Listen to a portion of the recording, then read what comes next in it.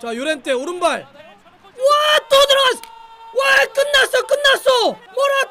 모라타 들어갑니다. 어이, 달순해요. 라이브입니다. 자, 후토크 들어갑니다. 아, 근데 리버풀은 정말 이 중요한 고민마다 골키퍼들에 대한 고민이 항상 발목을 이렇게 좀 잡네요. 예. 야, 정말 잘 싸웠죠. 사실 오늘은 뭐 리버풀도 잘 싸우고 아틀레티코 마드리드도 잘 싸웠는데 결국은 이런 경기에서 실수 하나 차이인데, 그죠? 실수 하나 차이인데 사실 어찌 보면 리버풀이 기선을 거의 잡았고 흐름을 이렇게 가져갈 수 있는 이 승부를 연장전까지 끌고 갔는데, 연장전에 나왔던 진짜 아드리안. 예. 이게 아드리안의 그 미스는 일단은 2018년에 카리우스가 그 챔피언스리그 결승전 레알 마드리드하고 할 때, 와, 그때 진짜 그거 보면서 엄청나게 충격적인 실수였잖아요. 네. 카리우스의 그 진짜 많은 분들도 좀 카리우스 생각났다고 그러는데, 카리우스의 저주다. 그때 그 카리우스 이렇게 보면서 와, 저게 말이 돼? 그래서 막 나갈 때 막 카리우스 막 거의 막 울고 막 이랬던 장면이 있었는데, 카리우스의 그런 기억이 오늘 아드리안하고 완전히 오버랩되는.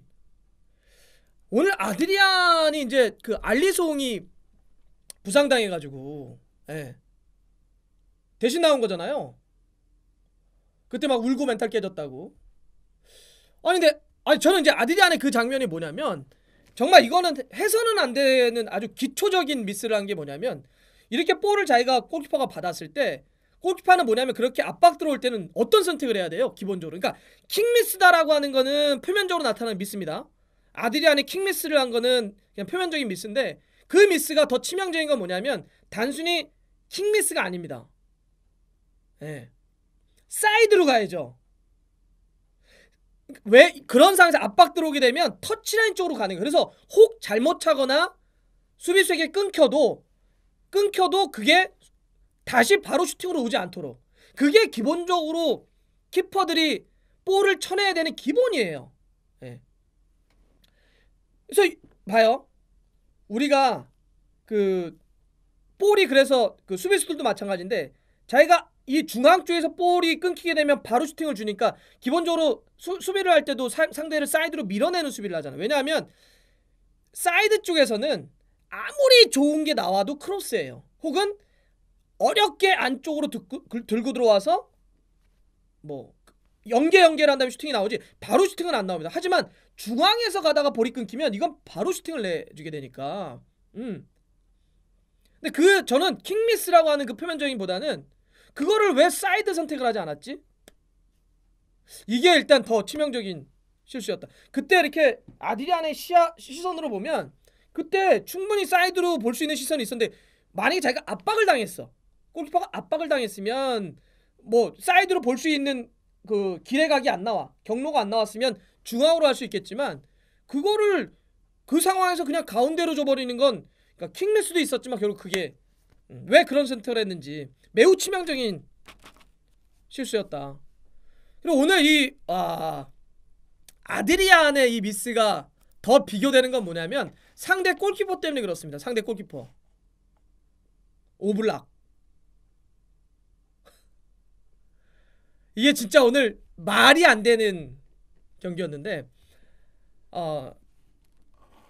이게 BBC의 기준으로 하면 오늘 경기의 스탯 차이가 어떻게 되냐면, 홈팀 리버풀이 전체 슈팅을 34개를 때렸습니다.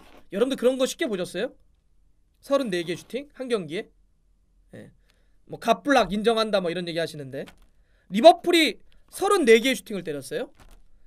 꼬마 아틀레티코 마드리드는 10개를 때렸단 말이에요. 3배 이상 차이 나요. 여기에 유효 슈팅이 몇 개였냐? 리버풀이 11개입니다. BBC 기준이에요. 아틀레티코 마드리드는 6개 때렸어요. 그런데 오블락이, 그러면 리버풀이 유효 슈팅 때렸던 11개 중에 오블락이 세이브를 몇 개를 했을까요? 리버풀이 오늘 연장전까지 11개의 유효 슈팅을 연결을 했어요. 꼬마의 골키퍼였던 오블락은 오늘 몇 개의 세이브를 했을까요? 9개. 11개 중에 9개를 막아버렸어요. 이게 정말 가능한 숫자입니까 이게? 네. 11개 중에 9개를 막아버렸단 말이에요. 오늘 골을 넣은 거는 마르코스 요렌테, 그 다음에 알바로 모라타인데, 오늘 경기의 MOM은 골을 넣은 선수가 아니라 사실상 오블락이에요. 오블락이 그 어려운 볼들 다 막지 않았다고 한다면 이거 그냥 쉽게 끝날 수 있는 경기였거든요. 여러분들 그 우리가 축구팀의 수준을 이야기를 할 때 그 팀의 골키퍼를 보면 그 팀의 수준을 알 수 있다. 이렇게 골키퍼를 하나의 중거같이 평가할 때가 있습니다. 그 팀이 이 팀이 어느 정도의 수준의 팀일까? 라고 할 때 골키퍼를 보면 이 팀의 수준이 이만큼이구나. 이런 걸 볼 수가 있어요. 예. 그런 게 있어요. 그래서 우리가 보면 뭐 아주 좋은 팀인데 골키퍼가 후진 팀이 있어요? 그런 팀 없어요. 골키퍼는 언제나 그 팀에 맞는 정도의 골키퍼들이 있어요. 우리가 그 정도의 이야기를 하는데 오늘 아틀레티코 마드리드는 오블락이 그런 것들 증명해 보인 거고, 리버풀은 물론 아드리아는 넘버 원이 아닙니다. 예. 알리송이 오늘 부상 때문에 못 나왔으니까 아드리안이 나온 건데 너무 치명적인 결과를 가져왔네요. 사실 오늘 그 전술적으로는 되게 잘 싸웠어요. 예. 되게 잘 싸웠습니다. 전술적으로는 리버풀이. 그리고 아틀레티코 마드리드도 엄청났죠. 오늘 보셨겠지만 이 정말 이 죽음의 4-4-2, 예. 4-4-2 이쪽에 미드필더들이 사이드 커버 들어오고 투톱이 내려와서 그 공간을 커버하는, 정말 미치도록 정말 막 숨이 막힐 것 같은 이 4-4-2를 꼬마는 꼬마대로 정말 잘 썼습니다. 역시 시메오네 감독의 4-4-2다. 예. 그런데 리버풀도 이거를 정말 잘 깼어요 오늘. 자, 이거 한번 볼게요. 이제 제가 전술적으로 한번 설명드리는데, 이 4-4-2가 굉장히 중요한 포인트가 뭐냐면, 시메온의 4-4-2가 정말 미친 4-4-2인 거는 제가 이따가 또 다른 자료도 보여드릴 거예요. 이 4-4-2가 기본적으로 특징이 뭐냐면, 일단 두 줄 수비 4-4-2라고 하는 것처럼 간격이에요. 간격. 근데 사실은 이 두 줄 수비 4-4-2 쓰는 다른 팀들도 이 간격은 다 좁게 유지해요. 이 수비 라인과 미드필더 사이를 되게 좁게 유지하는 게 이 4-4-2의 특징입니다. 예. 근데 여기 4-4-2 시메오네 감독의 4-4-2의 특징 중에 또 하나는 뭐냐면, 이 미드필더에 전형적인 윙어가 배치돼요. 전형적인 윙어가 배치됩니까? 예를 들면 코케, 파티, 사울 리게스, 코레아. 전형적인 윙어. 물론 코레아가 약간 윙어로 뛸 수는 있겠지만 기본적으로는 여기에 전형적인 윙어가 없어요. 다 약간 중앙지향적 미드필더들이 배치되어 있습니다. 예. 그러니까 코레아는 약간 윙어적 스타일이 있지만 중앙으로 다 커버 들어올 수 있는 유형의 선수들이에요. 기본적으로 예를 들면 코케 같은 경우도 사이드에 있지만은 실제로 중앙지향적 선수 아닙니까? 그래서 여기가 어떻게 되어 있느냐? 압박을 할 때 이렇게 압박을 해서 이런 정도의 이 간격을 유지하게 돼요. 이 정도로의. 예. 이렇게, 그러니까 이 위아래의 간격도 좋지만 좌우 간격이 상당히 좋은 4-4-2입니다. 그러니까 이 공간이 나와요. 여기에 침투가 가능해요. 근데 여기까지만 한다면 어떻게라도 상대가 비벼볼 텐데, 더 무서운 게 뭐냐면 이 4-4-2는 이 두 명이 투톱에 있습니다. 이 투톱이 무슨, 오늘로 따지면 디에코스타하고 주앙 펠릭스가 있는데, 주앙 펠릭스가 예를 들면 이들이 이렇게 내려가요. 자 코레아하고 코케가 여기를 커버합니다. 그럼 얘네들이 이렇게 내려와요. 자, 공간이 있어요 없어요? 이게 무서운 거예요. 자, 여기 있는 미드필더가 이렇게 내려와서 아예 공간을 주지 않아요. 박스 앞에 4명, 포백이 4명이 이렇게 서버립니다. 이렇게 서버리고 여기 있는 미드필더 코레아하고 코케가 이렇게 사이드 커버를 하고 얘네들이 투톱이 이렇게 내려와 버려요. 예. 이게 진짜 두 줄 수비예요. 이게 시메오네 감독의 두 줄 수비예요. 미친 거예요. 이게. 자, 여기까지 이해됐죠? 그러면 이거를 뚫어내려면, 자, 리버풀 공격 봐요. 리버풀이 이거를 주구장창 이 공간으로 침투해서 여기서 공간을 만들 수 있다고 생각하세요? 이 중앙에서? 여기에 9명, 10명이 서 있는데 이게 10명이 서 있기 때문에 공간이 안 나와요. 그러면 여기서 중요한 건 뭐예요? 여기서 중요한 건 뭐예요? 사이드, 그렇죠. 사이드로 파고 들어와요. 사이드를 계속 파야 돼. 사이드를 계속 파야 되는데, 그러면 원래 우리가 기본적으로 할 수 있는 게 뭐예요? 숫자잖아. 그러면 풀백, 그 다음에 윙어, 풀백, 윙어 2명씩 올라와요. 자 리버풀 2명 올라왔어. 여기 2명 올라왔어. 그죠? 여기 2명, 여기 2명. 그런데 그러면 제가 아까 여기 중앙 미드필더가 밑으로 내려온다 그랬고 투톱이 여기로 온다 그랬죠. 그러면 1대1로 잡혀요, 안 잡혀요?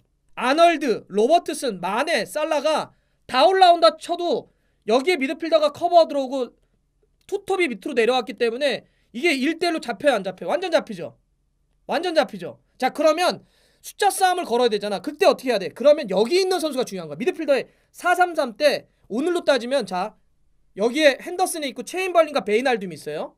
오케이? 그러면 여기 잡혔을 때 이 선수가 이렇게 들어와야 돼. 이렇게. 그러면 프리한 상황이 나와야 안 나와요?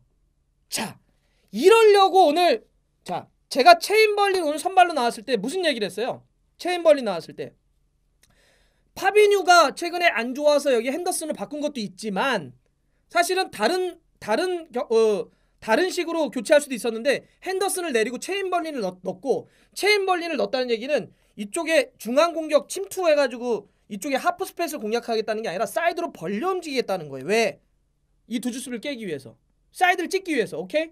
체인벌린의 히트맵을 보여드릴게요. 체인벌린의 히트맵. 체인벌린이 하프 스페이스를 공략했는지 벌려 뛰었는지 한번 볼게요. 체인벌린. 자, 체인벌린 보여드립니다. 끝. 체인벌린 완전 사이드죠, 오른쪽. 자, 이거예요. 그러면 왜 이렇게 뛰었냐라고 하는 게 이해가 되시죠? 저걸 뚫어야 되니까 사이드에서 그냥 마네, 살라, 아놀드, 로버트스만 갖고는 저 사이드는 잡혀. 왜? 상대 투톱이 내려와서 수비를 해버리는데, 그러면 사이드나 이런 데서 공간이 안 나와. 다 잡히니까. 네. 그러니 오늘은 이 4-3-3을 쓸 때 리버풀의 앞쪽에 있는 베이날둠과 이쪽에 있는 체인벌린은 하프 스페이스를 중앙을 깨는 게 아니라 사이드로 벌려야 돼. 사이드에서 상대가 2대2로 잡아놨을 때 다시 한 명이 더 들어가면 그러면 상대도 잡을 선수가 거기서는 없거든. 네. 그러려고 오늘 체인벌린을 넣은 거예요. 물론 계속 말씀드린 파비뉴가 안 좋아서 핸더슨을 밑으로 내린 것도 있지만 당연히 클럽 감독이라고 한다면 이걸 생각하죠. 자, 이거를 깨자. 어떻게? 사이드로 돌리자. 이게 오늘 전반전에 아주 중요한 포인트였어요. 오늘은 사실 전술적으로는 예술의 경기입니다. 뭐냐면 우리가 축구 전술에서 아주 기본적이지만 아주 중요한 개념이 뭐냐면, 자, 공격은 넓게, 수비는 좁게. 이게 아주 기본적인 개념이에요. 오늘 아틀레티코 마드리드 정말 어마어마하게 좁게 쓰잖아요. 미치도록 좁게 쓰잖아요. 이렇게 좁게 서가지고 4-4-2를 쓰고 있고, 리버풀이 이걸 깨려고 공격을 최대한 벌렸다고요. 그런 상태에서 측면 쪽으로 돌아왔던 체인벌린 크로스, 이쪽 반대편에서 중앙 공간 침투했던 베이날둠의 골. 사실 이게 들어갔을 때만 하더라도 야, 이러면은 이거 이제 되는 거 아니야? 막 이런 느낌으로 갔잖아요. 그러다가 이제 또 연장전 와가지고 피르미누가 또 골을 만들어가지고, 야, 요거는 약간 좀 리버풀 쪽으로 가나보다, 야, 이런 느낌이었는데, 야, 정말 거기서 그런 실수가, 아드리안이 정말, 와, 어떻게 그런 선택을 했을까요? 네. 그리고 오늘 진짜 시메오네 감독은 정말 칭찬을 하고 싶은 건 뭐냐면, 오늘 3골이 들어갔는데 일단 뭐 기본적으로 꼬마는 꼬마의 전술을 썼지만 그 흐름에 따라서, 변화에 따라서 선수 교체를 너무 기가 막히게 했어요. 네. 너무 기가 막히게 했습니다. 오늘 3골 마르코스 요렌테, 그 다음에 알바로 모라타, 이 두 선수가 다 교체로 들어간 선수들이죠.